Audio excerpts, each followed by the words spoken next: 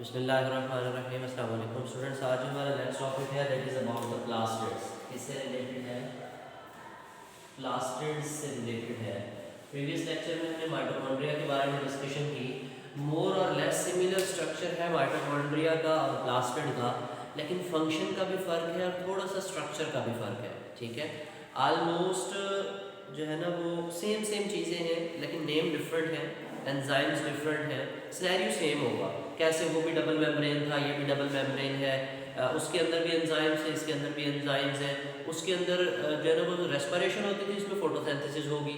ठीक है, दो इन्वर्स प्रोसेसेस, लेकिन स्ट्रक्चर मोर और लेस सिमिलर है। हम सबसे पहले इसका इंट्रोडक्शन देखते हैं। प्लास्टिड्स हम कहते हैं these are double membrane bounded organelle, double membrane bounded organelles. ठीक है, डबल मेम्ब्रेन बाउंडेड ऑर्गेनेली है। ठीक है, कहां पर होते हैं? Found only in plant cell, found only in plant and algal cells बोल दो, एलजी सेल बोल दो। एल्गल सेल्स बोल देते हैं, एलजी के सेल्स के अंदर भी होते हैं। ठीक है, जितने भी फोटोसिंथेटिक प्रोटिस्ट हैं उनके अंदर हमारे पास प्लास्टिड्स मौजूद होते हैं। ठीक है, डबल मेम्ब्रेन बाउंडेड ऑर्गेनेली है, found only plant and algae cells है, या इसके अंदर इसी नाम में इजाफा करना चाहो double membrane bounded pigment containing organelles भी कर सकते हैं हम साथ में, pigments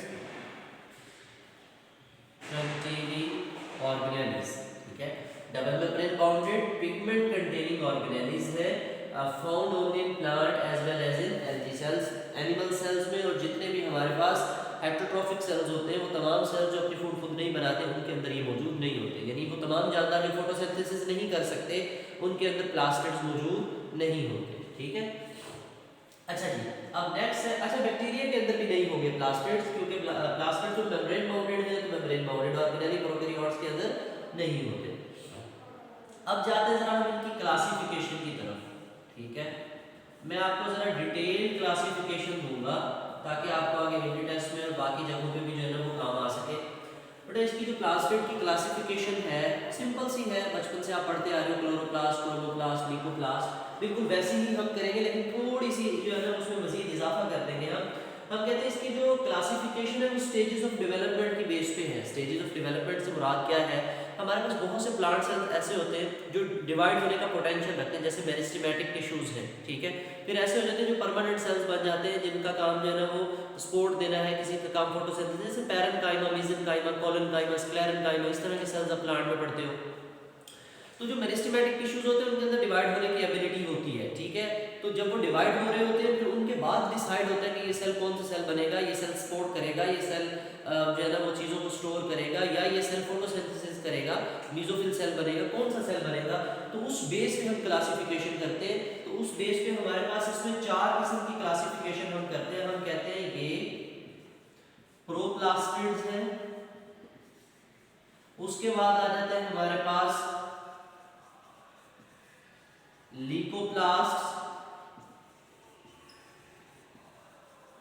chloroplast and chromoplast.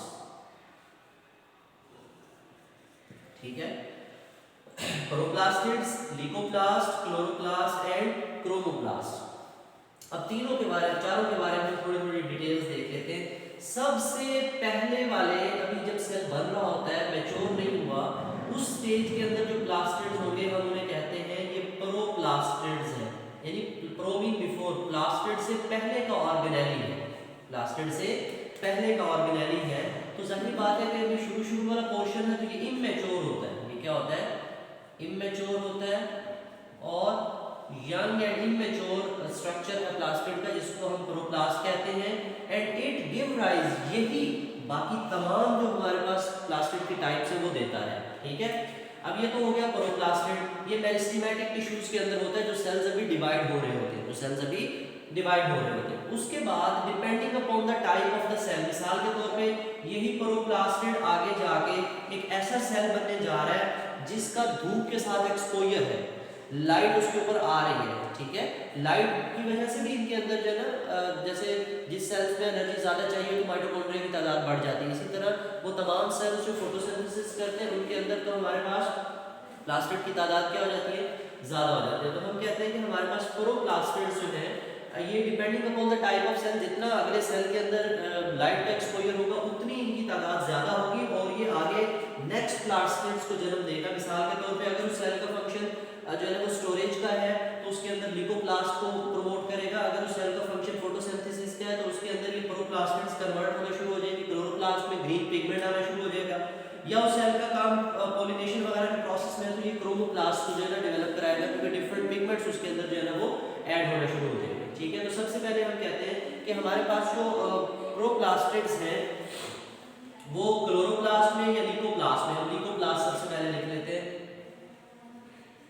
Leukoplast में कन्वर्ट होता है, ठीक है। अभी शुरू में प्रोप्लास्टिड्स भी कलरलेस है और लिकोप्लास्ट भी क्या है, कलरलेस है। हम साथ साथ इनका फंक्शन भी देखते जाते हैं।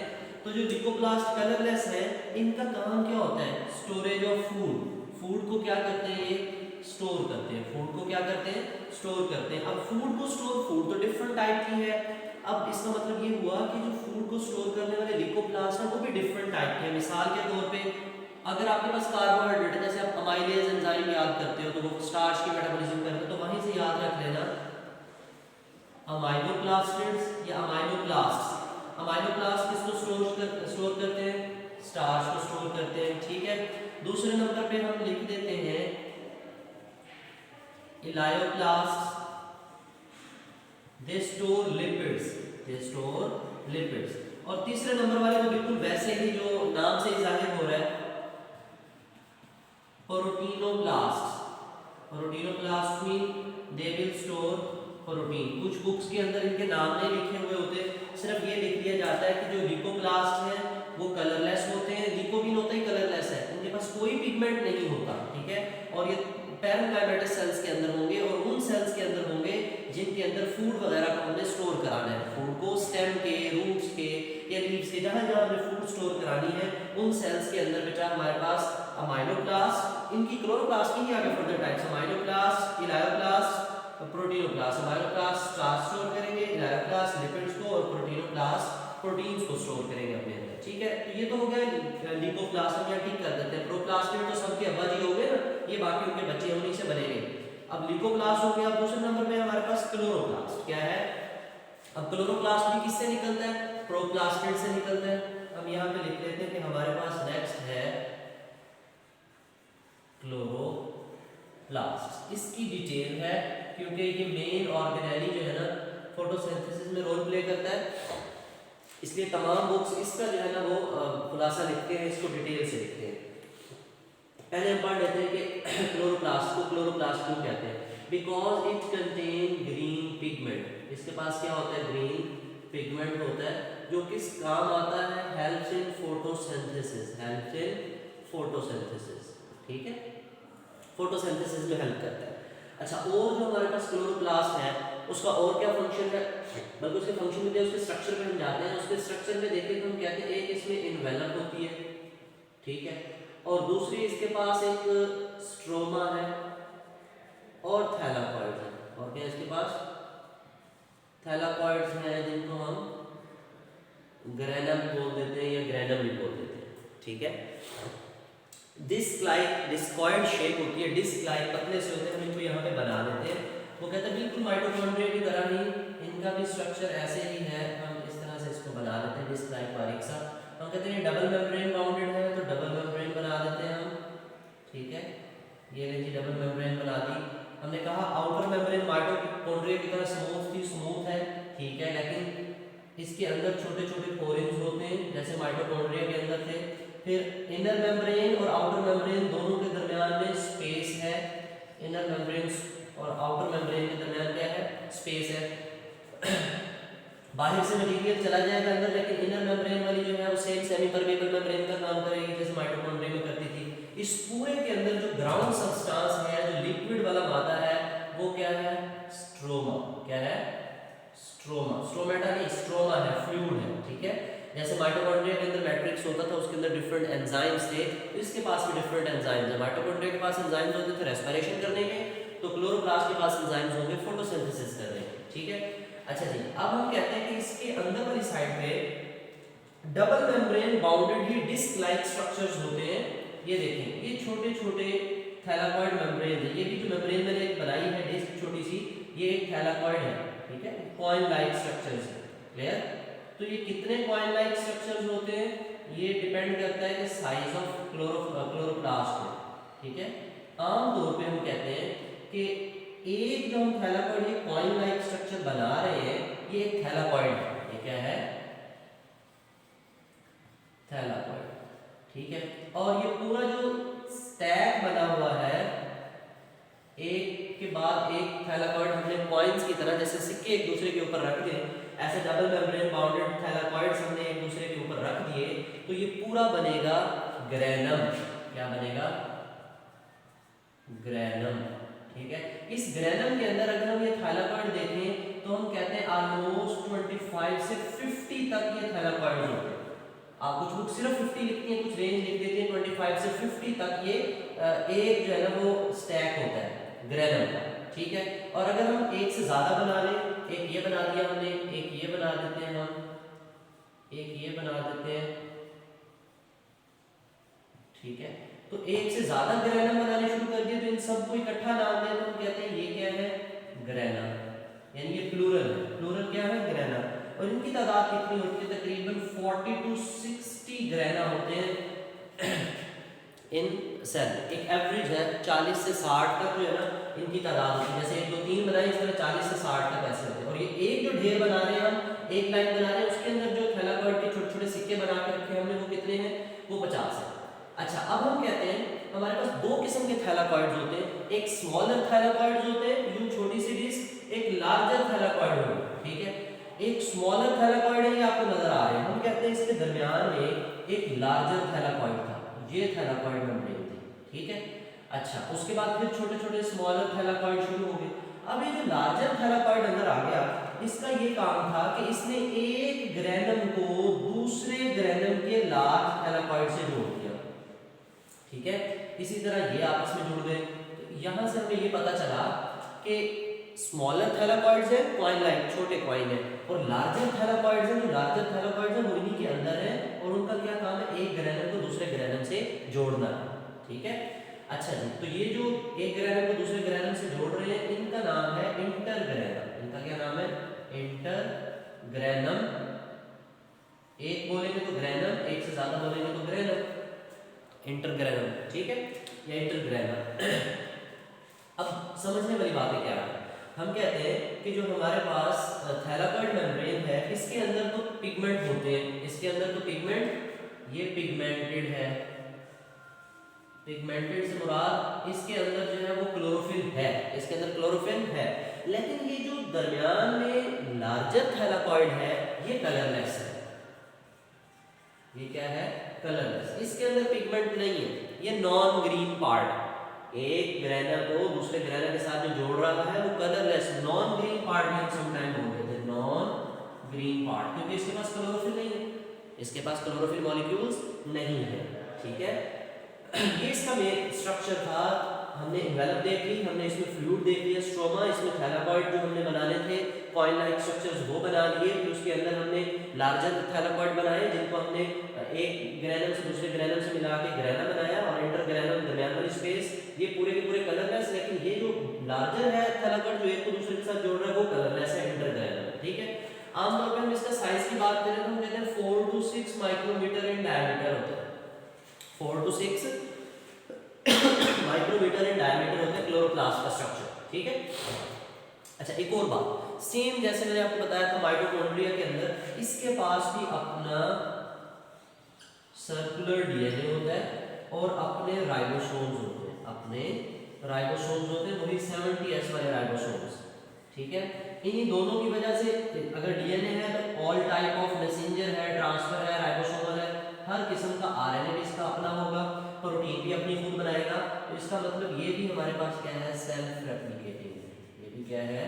सेल्फ रेप्लिकेटिंग ऑर्गेनेल है, लाइक माइटोकॉन्ड्रिया, जो कहानी मैंने माइटोकॉन्ड्रिया के बारे में समझाई थी कि ऑर्गेनिज्म के अंदर ऑर्गेनिज्म, ठीक है, सेल के अंदर सेल, यानी वंस अपॉन अ टाइम ये फ्री इंडिपेंडेंट रहा करते थे, ठीक है, स्पेशल कंडीशंस में अब भी इनको जिंदा रखा जा सकता है अगर सेल से बाहर निकाल दें। अब आते हैं हम इनके पास पिगमेंट्स की तरफ। इनके जो मेन पिगमेंट्स थे, हमने कहा कि क्लोरोप्लास्ट को क्लोरोप्लास्ट क्यों कहते हैं, because it contain green pigment, और उस ग्रीन पिगमेंट का क्या नाम है हमारे पास, उसका नाम है क्लोरोफिल। उसका क्या नाम है, क्लोरोफिल। हमारे पास ग्रीन मार्कर नहीं, वरना हम ये सारे जो है ना वो ग्रीन बना देते हैं। तो ये ग्रीन पिगमेंट्स है, दरमियान में क्या है, ग्रीन पिगमेंट्स हैं जिनका नाम क्या है, क्लोरोफिल। अभी जो क्लोरोफिल मॉलिक्यूल्स हैं दे एब्जॉर्ब लाइट, ये किसको एब्जॉर्ब करते हैं, लाइट को एब्जॉर्ब करते हैं, और किस में रोल प्ले करते हैं, फोटोसिंथेसिस में रोल प्ले करते हैं। किसमें रोल प्ले करते हैं, फोटोसिंथेसिस में। अच्छा, हमने कहा प्रोप्लास्टिड्स थे, उनसे ल्यूकोप्लास्ट भी निकले, उनसे क्लोरोप्लास्ट भी निकला। अब इसी क्लोरोप्लास्ट में या तो ग्रीन पिगमेंट है, या इसी क्लोरोप्लास्ट के अंदर अगर डिफरेंट पिगमेंट्स होंगे, मतलब और शौक रंग होंगे, तो वो बन जाएगा क्रोमोप्लास्ट। क्या बन जाएगा, क्रोमोप्लास्ट, ठीक है। अब क्रोमोप्लास्ट के पास ब्राइट कलर्स होंगे, शौक रंग होंगे, यानी डिफरेंट कलर्स होंगे इसके पास क्या होंगे, डिफरेंट कलर्स।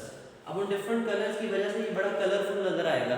तो पौधे का कौन सा हिस्सा बड़ा खूबसूरत और कलरफुल नजर आता है, खासतौर पर उसके फूल, बड़े रंग बिरंगे फूल होते हैं। तो इसका मतलब फ्लावर की पेटल्स के अंदर, फ्लावर की पेटल्स के अंदर कौन होता है, क्रोमोप्लास्ट। पेटल्स में या फ्रूट्स में, राइपन फ्रूट्स, जो फ्रूट पके हुए होते हैं, ठीक है, उनके अंदर ये मौजूद होते हैं, ठीक है। इनका फंक्शन क्या है, एक तो ये इंसेक्ट्स को अपनी तरफ अट्रैक्ट करते हैं, पोलिनेशन कराते हैं। आप छोटे होते बचपन से पढ़ते आ रहे हो, transfer of pollen grain from anther to stigma, तो पोलिनेशन में हेल्प करते हैं।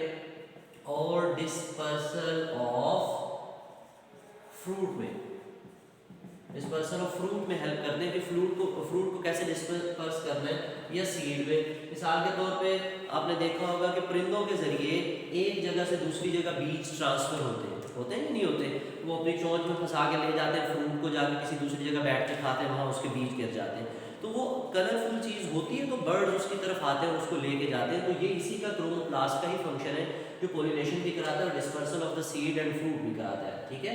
और ये पेटल्स के अंदर होते हैं। और ये अफस कहाँ से होता है, ये क्लोरोप्लास्ट से अफस होता है। इसके पास भी पिगमेंट्स होते हैं, लेकिन वो डिफरेंट कलर्स के होते हैं। पिगमेंट्स क्या होते हैं, पिगमेंट्स ऐसे मॉलिक्यूल्स हैं जिनके अंदर ये सलाहियत होती है कि वो लाइट एनर्जी को एब्जॉर्ब कर सके। जब वो लाइट एनर्जी को एब्जॉर्ब करते हैं तो उनका अपना एनर्जी लेवल बढ़ जाता है, ठीक है।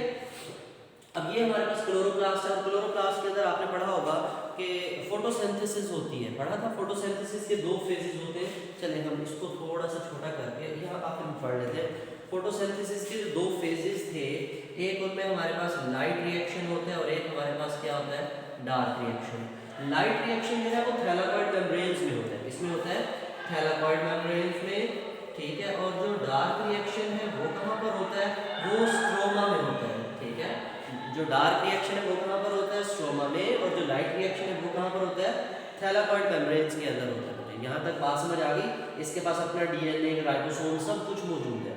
तो अगर हम सम अप करें फंक्शन को कि प्लास्टिड्स का क्या फंक्शन है, तो प्लास्टिड के 3 से 4 बड़े बड़े फंक्शन हमारे सामने आए। एक क्या काम है, ये चीज़ों को स्टोर करता है, नंबर 1 फंक्शन, ठीक है, फूड स्टोर करता है। और दूसरे नंबर पे क्या है, फोटोसिंथेसिस है। तीसरे नंबर पे क्या है हमारे पास, पोलिनेशन या डिस्पर्सन ऑफ द फ्रूट है। ये सारे का सारा फंक्शन किसका है, ये प्लास्टिड्स का है। हम इसको एक दफ़ा जो है वो रिवाइज कर लेते हैं। हम कहते हैं plastids double membrane bounded organelle हैं, पिगमेंट कंटेनिंग ऑर्गेनेली हैं, ठीक है। प्लांट में और एल्गी के सेल्स में होते हैं और तमाम फोटोसिंथेसिस करने वाले जानदारों के पास होते हैं। बैक्टीरिया के पास प्लास्टिड नहीं होता, लेकिन क्लोरोफिल मॉलिक्यूल टाइप स्ट्रक्चर होते हैं और वो सिर्फ उसके साइटोप्लाज्म में होते हैं। क्लासिफिकेशन में प्रोप्लास्टिड, ल्यूकोप्लास्ट, क्लोरोप्लास्ट और क्रोमोप्लास्ट। कुछ बुक सिर्फ ल्यूकोप्लास्ट, क्लोरोप्लास्ट, क्रोमोप्लास्ट लिखती हैं। प्रोप्लास्टिड्स इमेच्योर और यंग मेरिस्टेमेटिक डिवाइडिंग सेल्स में होते हैं। फिर जैसे जैसे सेल्स मैच्योर होते हैं उनके फंक्शन के अकॉर्डिंग उनका स्ट्रक्चर डिफरेंट होता चला जाता है। ल्यूकोप्लास्ट है कलरलेस, इनके पास कोई पिगमेंट नहीं होता, जस्ट फूड को स्टोर करते हैं, ठीक है। और हमारे पास जो क्लोरोप्लास्ट है वो डबल मेम्ब्रेन बाउंडेड ऑर्गेनेली है। उनकी गिब्स जो है आउटर मेम्ब्रेन स्मूथ है, इनर मेम्ब्रेन सेल्युलर मेम्ब्रेन का काम करते हैं, उसके अंदर भी double membrane bounded disc like structures है, थैलाकॉइड है, इकट्ठी होती है तो ग्रेनम, और एक से ज्यादा वो स्टैक होते हैं तो ग्रेना, ठीक है। और उनके दरमियान के जो पार्ट है वो इंटरग्रेना है, वो नॉन ग्रीन पार्ट होते हैं। इसके पास अपना इसका सर्कुलर डीएनए भी होते हैं, अपने जो है ना वो राइबोसोम्स भी होते हैं, सेल्फ रेप्लिकेटिंग ऑर्गेनेली है। इसके अंदर जो फ्लूइड होता है वो स्ट्रोमा होता है, स्ट्रोमा के अंदर की जो है ना वो डार्क रिएक्शन होता है, थैलाकॉइड मेम्ब्रेन के अंदर लाइट रिएक्शन होता है। इसका मतलब ये फोटोसिंथेसिस में हेल्प करते हैं। तीसरी टाइप हमारे पास क्रोमोप्लास्ट है, जो प्रोप्लास्टिड के बाद थी, ठीक है। तीसरी टाइप, अगर प्रोप्लास्टिड को ऐड करें तो चौथी हो जाएगी। तो डिफरेंट कलर्स के होते हैं, पेटल और फ्रूट्स में पॉलिनेशन डिस्पर्सन ऑफ फ्रूट में हेल्प करते हैं। रीडिंग कर लेते हैं इसकी बुक से। Plastids, membrane bounded, mostly pigment containing bodies present in the cells are called plastids. Plastids are present in plant cells only. There are three main types of the plastid. Chloroplast है in photosynthetic plant cells. There are membrane bounded structures containing a green pigment called chloroplast. The green pigment is an organic compound chlorophyll which helps the cell to absorb the light energy and utilize it to manufacture food. Chlorophyll molecules resembles the heme group with the hemoglobin. ये point हमारा रह गया। जैसा chlorophyll का structure है वैसा ही haemoglobin का structure होता है, लेकिन हीमोग्लोबिन के स्ट्रक्चर के अंदर हमारे पास जो है वो मैं आपको स्ट्रक्चर दिखाता हूँ इन्हीं का। चैप्टर नंबर 7 के अंदर जब आप बायोएनर्जेटिक्स वगैरह पढ़ोगे, क्योंकि सॉरी चैप्टर नंबर 7 नहीं है आपका, वो आपका चैप्टर नंबर 11 है।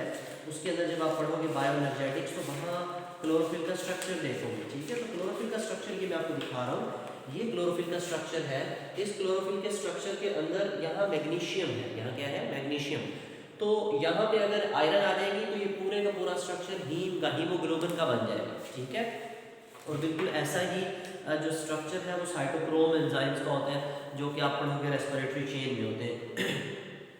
द मेन डिफरेंस की बात हो गई हमारी। क्लोरोप्लास्ट वेरी वेरी का मतलब डिफरेंट होते हैं in size and shape, in diameter of 4 to 6 micrometer. Under light microscope they appear to be heterogeneous structure with a small granules known as grana embedded in the matrix. Under the electron microscope chloroplast shows the three main components: envelope, stroma and thylakoid. The envelope is formed by the double membrane while the stroma covers the most of the volume of chloroplast. Stroma is the fluid which surrounds the thylakoids. It contains proteins, some ribosomes and small circular DNA. इसी के अंदर DNA वगैरह होता है। It is a part of the chloroplast where CO2 is fixed to manufacture the sugars. ये वही हिस्सा है जहाँ पे हमारे पास CO2 को फिक्स करके स्ट्रोमा के अंदर ही जो है ना वो फिक्स करके, और जो डार्क रिएक्शन चलेगा वो इसी के अंदर होगा। यानी कार्बन डाइऑक्साइड की रिडक्शन होती है, तो रिडक्शन में आपने पढ़ा था सिट्रिक एसिड साइकिल, याद है सिट्रिक एसिड साइकिल, जिसको हम क्या कहते हैं उसको मेलमन कैल्विन साइकिल भी कहते हैं। नहीं सॉरी, वो सिट्रिक एसिड नहीं, मेलमन साइकिल जो है वो हमारे पास मेलमन कैल्विन साइकिल जो है वो डार्क रिएक्शन को कहते हैं, citric acid cycle Krebs cycle को कहते हैं। Thylakoids are the flattened vesicles which arrange themselves to form a grana and intergrana. Granum appears to be pile of the thylakoids. Pile mean a bar, hairs stacked over each other like the coins. On average, there are 50 or more than thylakoids piled from the one granum. One layer of the thylakoid chloroplast molecule are arranged, and that is why granum appears to be green. Each granum is interconnected with other some non-green parts called intergranum. वो basically large thylakoid bodies होती हैं जो कि जोड़ देती हैं। Membranes of the grana are sites where the light energy is captured, where the ATP is formed. Chloroplasts are self-replicating organelles. Chloroplasts are self-replicating organelle है। Chromoplasts they impart the colors to the plant other than green. They are present in the petals of the flowers and the ripened fruit. They help in the pollination and dispersal of the seed. Leucoplasts are the colorless. They are triangular, tubular, or of the some other shape. They are found in the underground parts of the plant where the food is stored. Basically जितने भी हमारे पास parenchymal sales होते हैं तो ये उनके अंदर होते हैं, ठीक है। जो प्लास्टिड्स थे वो इमेच्योर होते हैं, यंग होते हैं, और डेवलपिंग जो प्लास्टिड्स होते हैं उसमें ये basically pro plastid self replicating होते हैं, वही अपनी तादाद बढ़ाते हैं और ये मेरिस्टेमेटिक टिश्यूज़ के अंदर होते हैं, ठीक है। नेक्स्ट होल टॉपिक में कोई क्वेश्चन हो तो आप कमेंट सेक्शन में पूछ सकते हो। थैंक यू, अल्लाह हाफिज़।